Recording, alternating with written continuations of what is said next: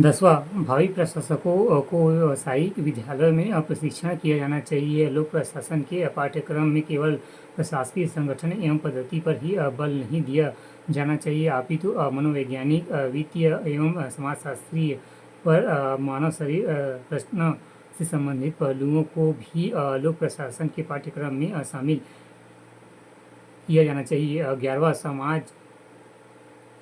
समाज से संबंधित समस्याओं का लोक प्रशासन कोई उत्तर नहीं दे सकता है। अनेक नवीन समस्याओं यथा वृहद सैनिक एवं औद्योगिक प्रतिष्ठानों, दंगों, श्रम संघों एवं हड़तालों एवं सार्वजनिक विद्यालयों संबंधित विवादों एवं झुग्गी झोपड़ियों, विद्वान एवं विकासशील देशों संबंधित प्रश्नों के बारे में लोक प्रशासन मौन नहीं है। 12वां लोक प्रशासन का एक अनुशासन विषय है, परंतु उसके अध्ययन के केवल समकालीन समाजशास्त्रियों द्वारा प्रतिपादित सभी अध्ययन पद्धतियों का उपयोग नहीं किया जा सकता है।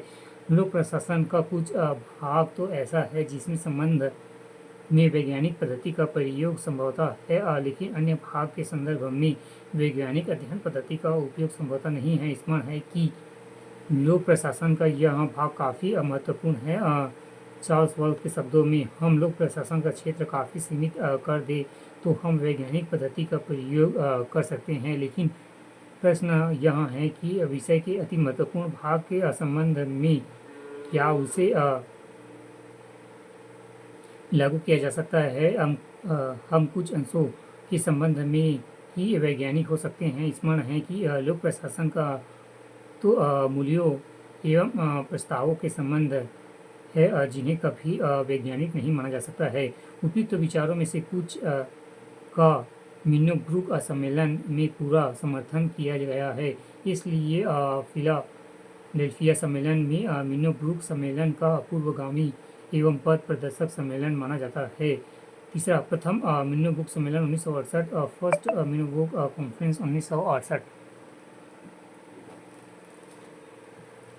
प्रथम मिन्नोब्रुक सम्मेलन, फर्स्ट मिन्नोब्रुक कॉन्फ्रेंस, जो कि लोक प्रशासन की युवा पीढ़ी का सम्मेलन के जन्म के दो तत्व प्रधान उत्तरदायित्व। प्रथम सम्मेलन 1960 के दशक एवं लोक प्रशासन के उथल पुथल का काला था।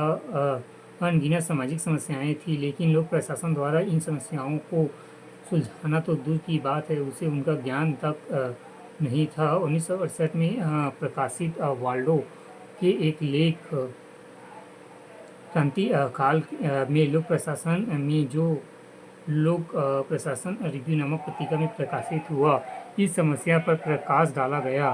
द्वितीय लोक प्रशासन में युवा पीढ़ी के विद्वानों की बात सुनना भी आवश्यक हो गया था, क्योंकि पुराने युवा विद्वानों में पीढ़ी का अंतराल तीव्रता से दिखाई दे रहा था। फिलाडेल्फिया सम्मेलन में भाग लेने वाले विद्वान औसत 35 वर्ष की आयु के थे।